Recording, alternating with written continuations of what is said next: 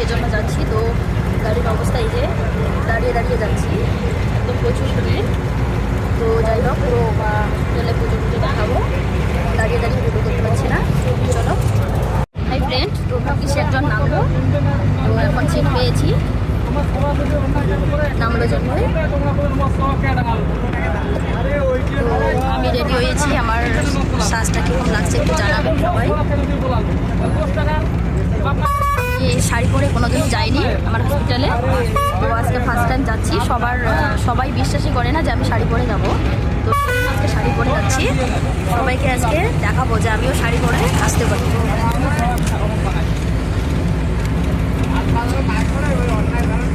চলো, আমার ভিডিওটা স্কিপ না করে পুরোটা দেখতেছি। এই যে আমাদের ঠাকুরমশাই পূজার জন্য রেডি করতেছে, সব রেডি করতেছে ফ্রেন্ডরা। দেখুন আজকে মায়ের মূর্তি দেখতে একদম অসাধারণ।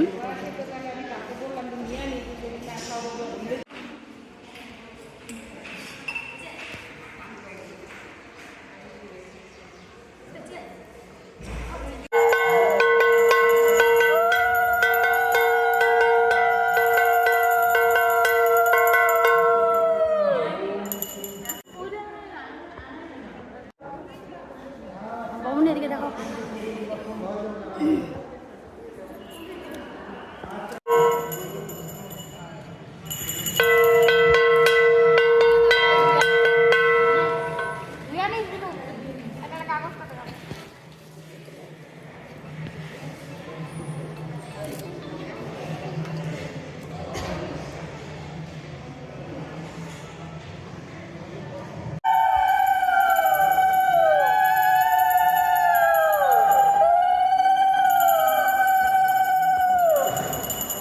রিয়া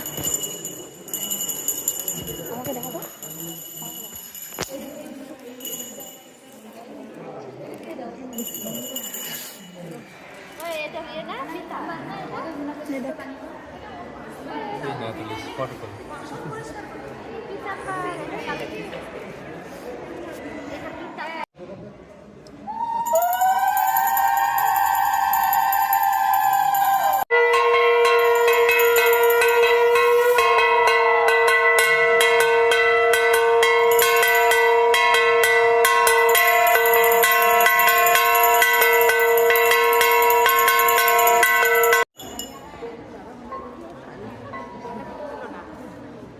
কত নত ভিডিও হচ্ছে।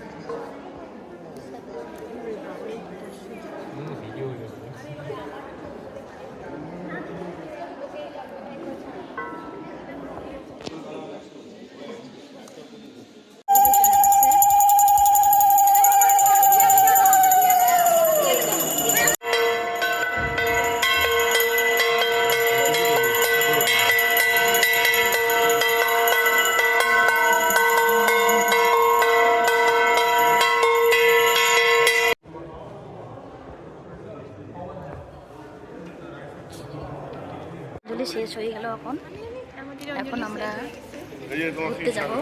যদি শেষ হয়ে গেল,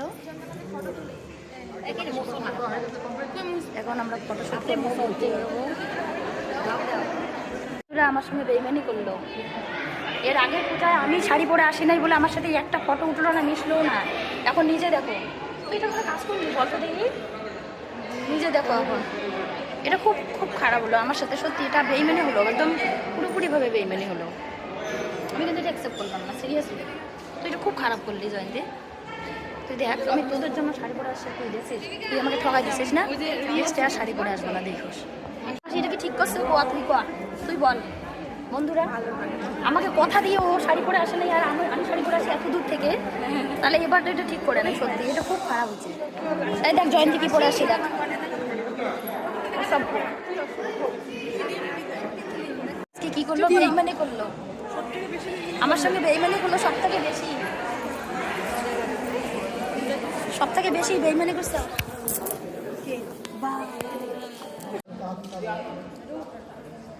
তো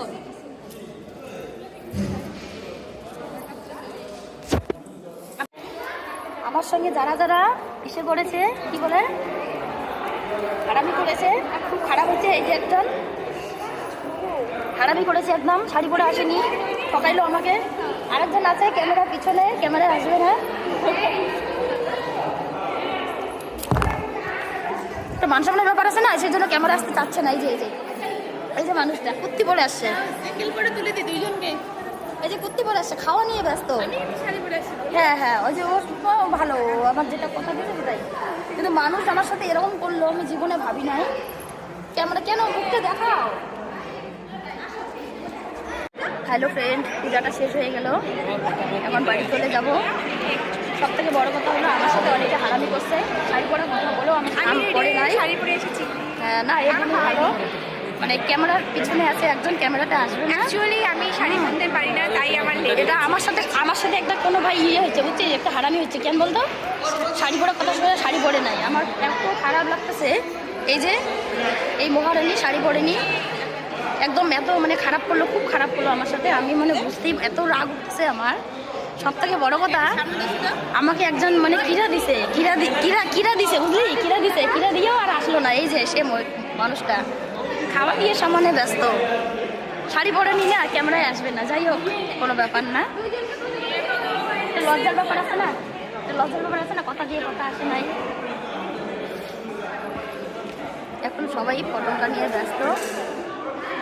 এখন আমরা যাব রাজবাড়ি পার্কে, যাব এনএন পার্কে যাব, তারপরে আর জানিটা কি আছে ওই রাজবাড়ি পার্ক, রাজবাড়িতে ঢুকবো ভিতরে। তারপরে হলো সে মেলা হচ্ছে, কোথায় কি মেলা না হচ্ছে ওগুলো, কুন্ডিপুরি ওখানে, হ্যাঁ কুম্ভ মেলা নাকি, ওই মেলাতে যাব। কোথায় ঘুরবো কোনো ঠিক নেই আজকে। তো চলো বন্ধুরা, সব থেকে বড় কথা, আজকে আমার বার্থডে। একদম সবাই আমাকে উইশ করবেন, আমার জন্য ভালো থাকি, সুস্থ থাকি। আমার সাজে আমাকে কীরকম লাগছে একটু জানাবে সবাই। ফটো উঠবো না, ওটার জন্যই তো আসছি। বাপরে, এত দূর শাড়ি পরে আসা মানে বিশাল ব্যাপার। আলপনাটা দেখতেছেন, এটা এই বুনুটা বানিয়েছে, খুব সুন্দর হাতের কাজ, একদম আগে কিছু বলে গেছে, খুব সুন্দর হাতে দিছে, পছন্দ খুব ভালো। ওর বন্ধু, ওর কিছু না হয়। হ্যাঁ কি হোক, কথা বললো কিছু না, ব্যাপারটা কি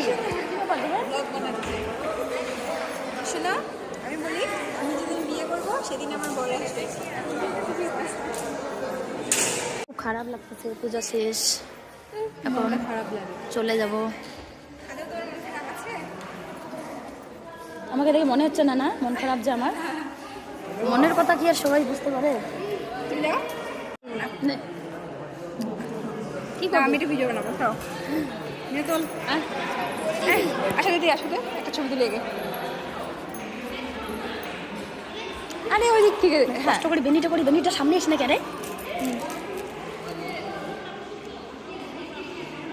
বলো, আমার একটু স্টাইল করে দিন, আরে তুলি। হ্যাঁ আমি ছবি তুলে, থামো, এই পিছনটা একটু ভিডিও করে দাও। শোনা, একজন আসছে, একজন আসছে। আর কত বানানোর জন্য এত সাজে আসছে, মানুষ আমাকে এই যে আমার শুনো, একবার ডান দিকে ঘুরে বলবো মানুষ ঠকাইছে, একবার বাঁ দিকে ঘুরে আমার এগুলো সব আমার আসল চুল বন্ধুরা, এগুলো সব আমার আসল চুল করছি। এটা আমি 100 টাকা দিয়ে কিনেছি, আর হাজব্যান্ডকে বলছি হলো 20 টাকা দাম।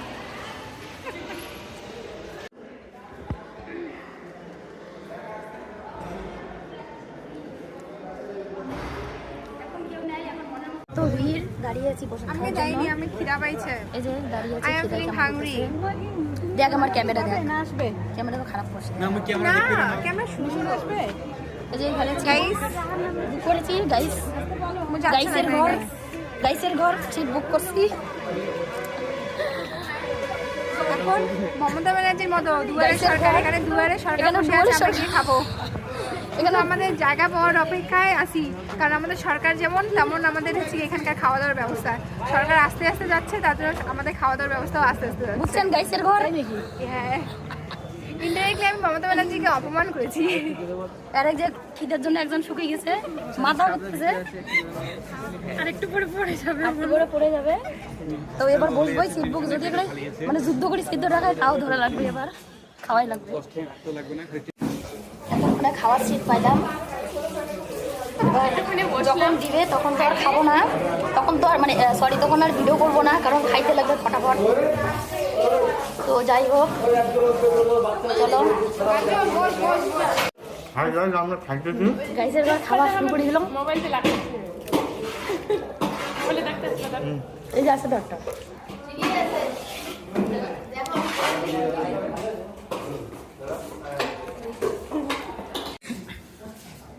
সত্যি দেখ ক্যামেরাটা সেই পরিষ্কার না, মানুষ এখন না তুলি, মানুষের শাড়ি পরে নাই। তো আমার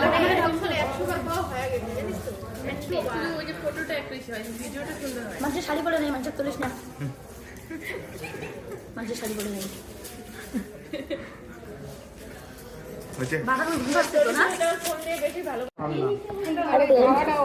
বেশি খিদা বলে খাবে না।